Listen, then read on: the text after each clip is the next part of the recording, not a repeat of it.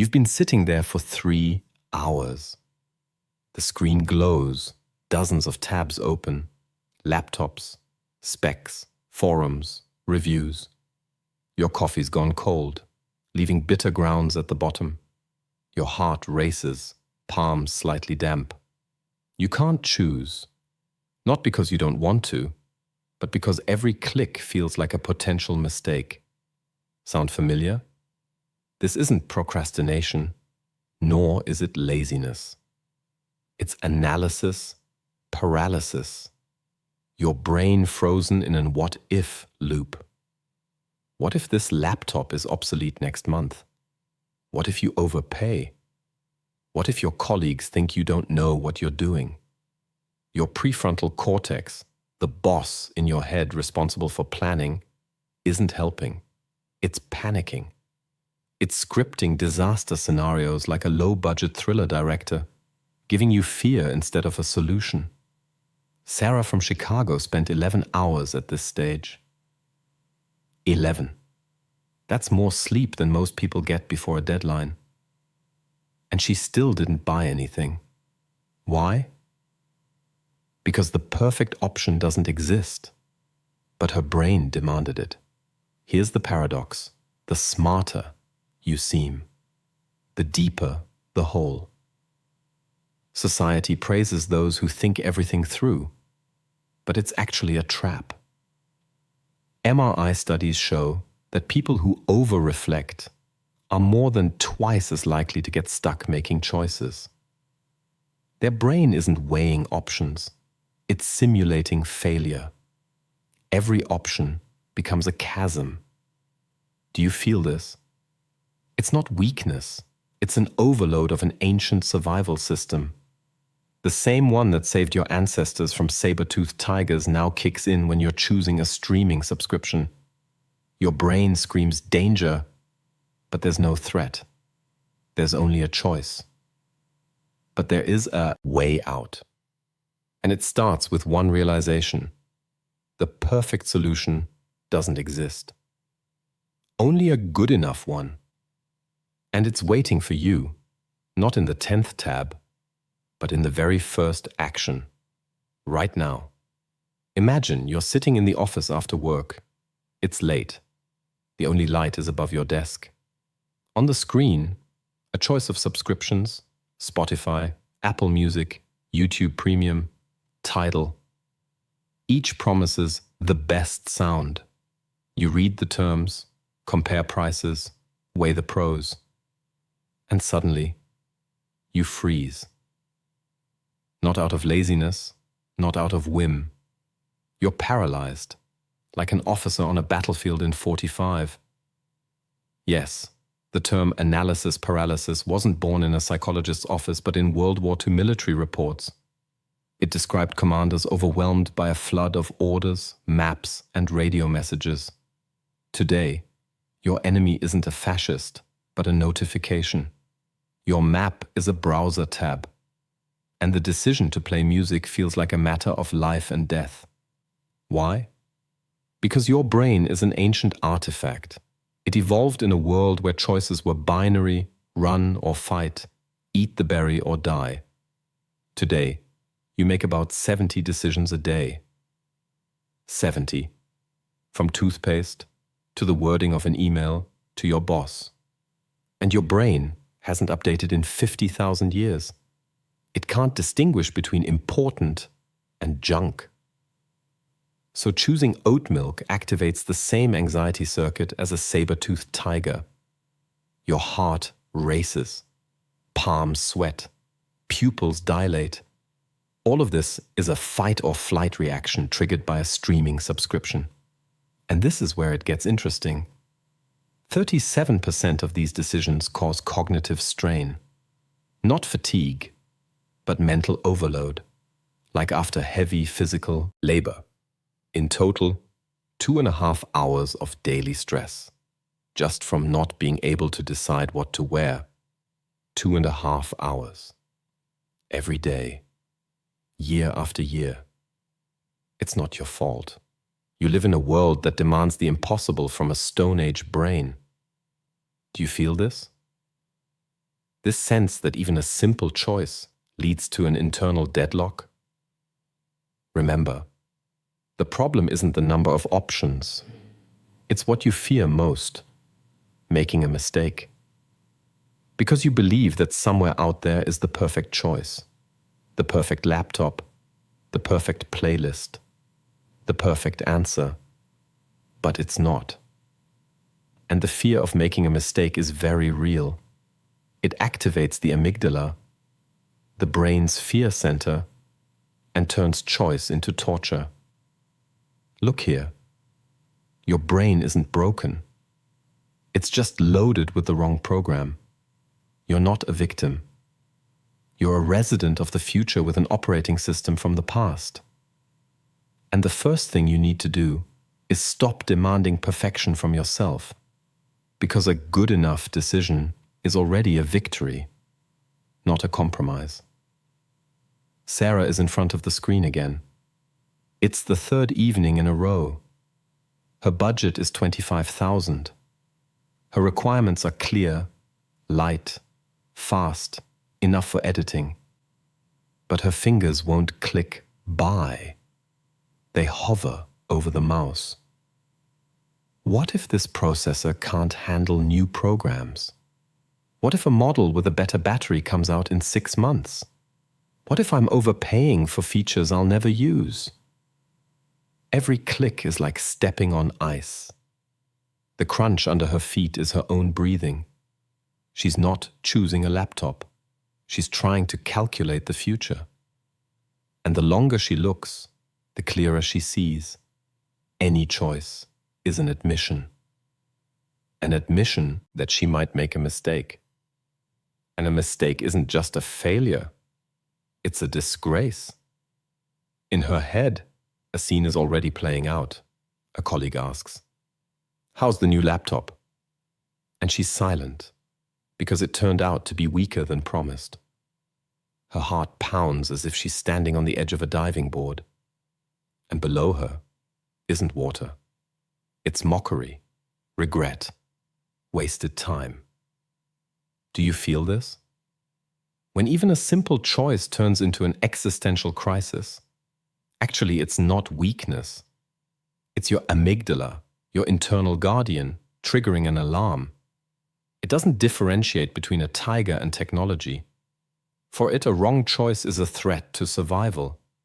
Loss of status, loss of resources, loss of control. And the smarter you are, the louder it screams. Because your anterior cingulate cortex, responsible for self-control, amplifies the signal. It doesn't extinguish fear, it feeds it. fMRI scans show that in those who get stuck making choices, the amygdala lights up like a Christmas tree. In others, it's quiet, like a library. Your brain doesn't want you to make a mistake. It wants you to survive. Only, you're not surviving a saber-toothed tiger. You're surviving your own perfectionism. And this is where it gets interesting. Perfectionism isn't a virtue. It's a trap. In a famous experiment, shoppers approached 2 jam stands. One had 6 varieties, the other had 24. Twice as many people approached the second stand, but only 3% bought jam from it. From the first stand, 30% bought jam. Why?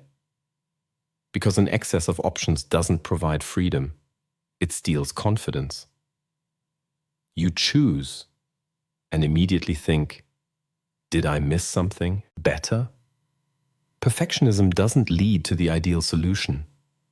It leads to insomnia, to that what if that gnaws at you at 3 in the morning. Imagine you are yourself again. You tell yourself, I'll think about it more. And at that moment, your brain releases dopamine. Yes, that pleasure hormone. But it's not associated with joy. It's associated with the illusion of control. I'll think about it more means I haven't lost yet. But it's a deception. Every delay strengthens the neural pathway of avoidance. And tomorrow, you'll be back in front of the screen with cold coffee and the same fear. Remember, perfectionism is not the path to better. It's a prison you build yourself, and the key is in one decision. Not a perfect one, but a good enough one, right now. Mark has been working in IT for 7 years. He knows it's time to leave, but instead of updating his resume, he reads articles. How to find the perfect job. 10 signs it's time to escape. How not to make a mistake when changing careers. He creates spreadsheets, compares job postings, models HR responses, and each time he stops at one thought, I'm not sure yet. In reality, he's afraid. Afraid the new job will be worse. Afraid he'll be rejected. Afraid he'll regret it. But he tells himself, I just want to make the right decision. In fact, he's procrastinating. And every evening, closing the tab, he feels a strange relief, as if he dodged a bullet. Only the bullet is his own life whizzing by. Do you feel this? When I'll think about it more, sounds like salvation? This isn't weakness. It's your neurochemistry betraying you. When you decide not to decide, your brain releases dopamine. Yes, that pleasure hormone. But it doesn't reward action. It rewards avoidance. You've postponed the threat. You've survived another day. It's an ancient trick in a cave. It's smart to hide in an office. It's a dead end. And every time you click postpone, you reinforce the neural pathway. Avoidance, applause, safety. Neuroplasticity, which should help you learn, here builds a prison. You're not procrastinating. You're training your brain to be a coward. But here's the catch. This relief is a temporary illusion. Studies in cognitive behavioral therapy clearly show the longer you postpone a decision, the more anxiety grows. Not immediately. In a week, in a month. Because an unresolved issue doesn't disappear. It moves into the background of your brain, and it consumes resources. Like an app you forgot to close. It interferes with sleep, undermines confidence. You start to get irritated by small things, forget names, lose track of conversations, and all because somewhere in your subconscious, a quiet, unresolved signal glows. You haven't chosen yet. Do you recognize this feeling? Like you're not entirely present. And all of this is compounded by one thing: abundance. The more options, the stronger the fear of making a mistake. The stronger the fear, the sweeter the dopamine for procrastination. It creates a vicious cycle. The world offers you 100 types of coffee, and you can't even choose between an espresso and an Americano because you're afraid that one is not the right one. But what if the problem isn't your decisiveness? What if the problem is the choice itself? That today, even the decision of what to eat requires tactical analysis, as if you're planning a landing behind enemy lines. Look here, your brain wasn't built for this. It was built for action. And the longer you postpone, the higher the cost. Not in dollars, in days, in hours, in moments that can't be brought back. Remember, dopamine lies. It sells you the illusion of control, but in reality, it steals your life, piece by piece. One, I'll think about it more, at a time. You walk into Starbucks. You just want coffee. But the menu in front of you is like the technical specifications of a spaceship. Hot, or cold? Espresso, latte, cappuccino, flat white. Oat, almond, soy, coconut milk, syrup, vanilla, caramel, raspberry, lavender, sweetener, sugar, stevia, honey, none. The barista waits. You're silent. People behind you start shifting their weight. Your heart pounds in your temples. Your palms are damp. And in your head, it's not, what do I want, but what won't I regret? And suddenly you realize it's easier to just leave. You turn around, walk out onto the street, without coffee, without pleasure, with the feeling that the world has deliberately turned a cup of coffee into a survival exam. Do you feel this? How a simple desire turns into a cognitive battle. It's not that you're broken. It's the effect of choice in action. Your brain wasn't designed for 24 types of milk. It was designed for one, eat or not eat. When there are too many options, it doesn't choose. It shuts down. Not out of laziness, out of exhaustion. Every or is a micro-decision. And micro-decisions consume self-control resources like an old laptop consumes battery charge. And by evening, after the 70 decisions about emails, tasks, dinner, you can't even choose between an Americano and a doppio, because your internal reservoir is empty. And this is where it gets interesting. In a famous experiment, shoppers at a stand with 24 jam varieties were 6 times less likely to buy anything than those who saw only 6. 6 times. Yet they stood there longer, tasted more. Their eyes gleamed with interest, but in the end, they left empty-handed. Why? Because interest doesn't lead to action. It leads to analysis. And analysis leads to paralysis. The world gives you the illusion of freedom, but in reality, it traps you. More options don't mean more happiness.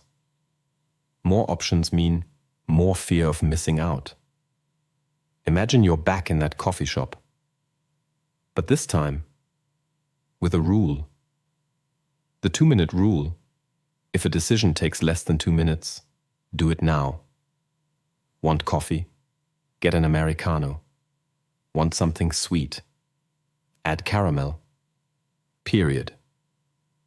MIT studies show that such micro-decisions reduce cognitive load by 41% in just 2 weeks. Or the good enough strategy. Don't look for the perfect coffee. Look for one that will warm you. That will give you energy. That won't make you stand like a statue under the gaze of strangers. Look here. Freedom isn't endless options. Freedom is the ability to stop, to choose, and to move on with coffee in hand and a calm mind. Because the world won't get simpler, but you can stop playing by its rules. Stop paying for abundance with your nervous system. Your brain isn't a server farm, it's human.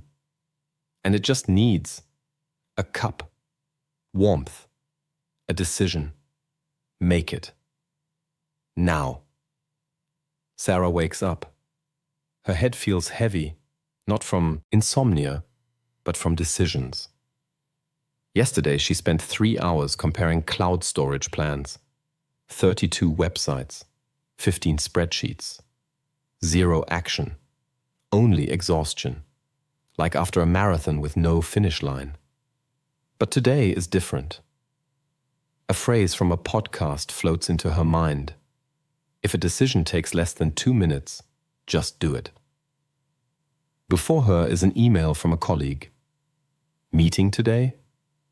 Before she would have checked her calendar 3 times, rewritten her reply 7 times, afraid that yes sounded rude or of course sounded unprofessional. Today she types, yes, at 3 o'clock and clicks send. At that moment, a click, as if a spring compressed for years suddenly releases. Her shoulders drop, her breathing evens out, a lightness in her chest, almost physical. For the first time in months, she doesn't feel anxiety after making a choice. Do you feel this? How your body responds to a simple action. It's not magic, it's a neurohack. Your brain isn't a philosopher, it's a resource manager. And every deferred decision, even a small one, remains in the background, like a YouTube tab, quietly buzzing, consuming RAM. You don't notice it until you're exhausted by evening. The 2-minute rule is a switch. It doesn't ask you to think faster. It says, if a task can be done in 2 minutes, close it now. And your brain instantly unloads it from the buffer, frees up memory, reduces noise.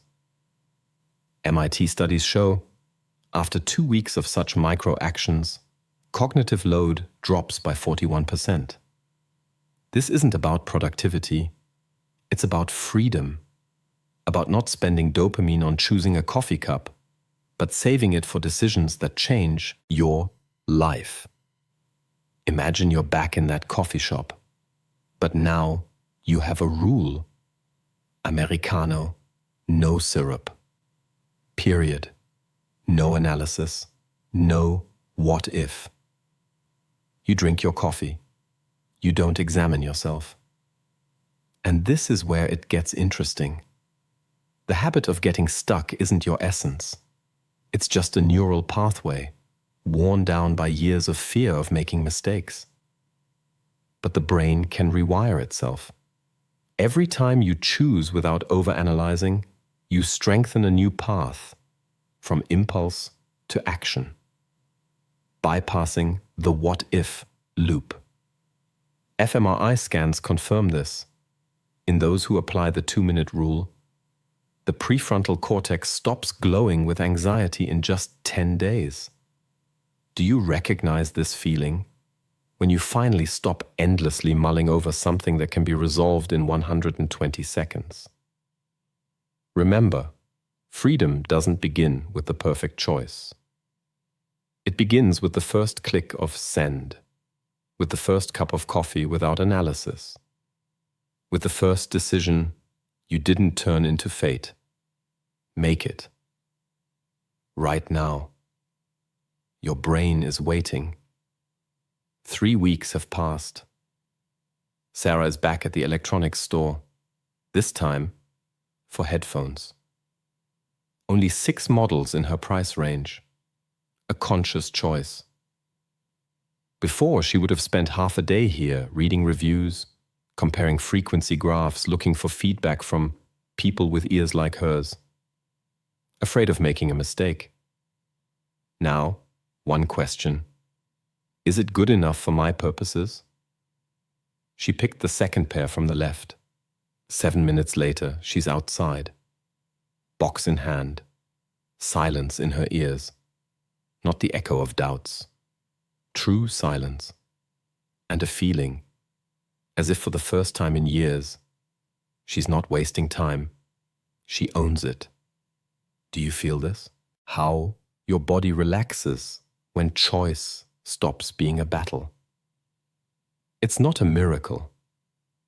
It's neuroplasticity. The brain's ability to rewire itself for new habits. Every time you decide quickly, you forge a new neural pathway, and the old one, the one that led to anxiety and overthinking, weakens, overgrown with grass, like a forest road that's no longer used. And this isn't poetry. These are fMRI scans from Stanford in a month. Activity in the amygdala, your internal guardian, drops by 28%. And in the dorsolateral prefrontal cortex, the center of rational choice, it grows. You're not just changing behavior, You're switching your brain from threat mode to action mode. Imagine you are the operator of your nervous system. You are not a victim. You are the administrator, and you have access to the settings.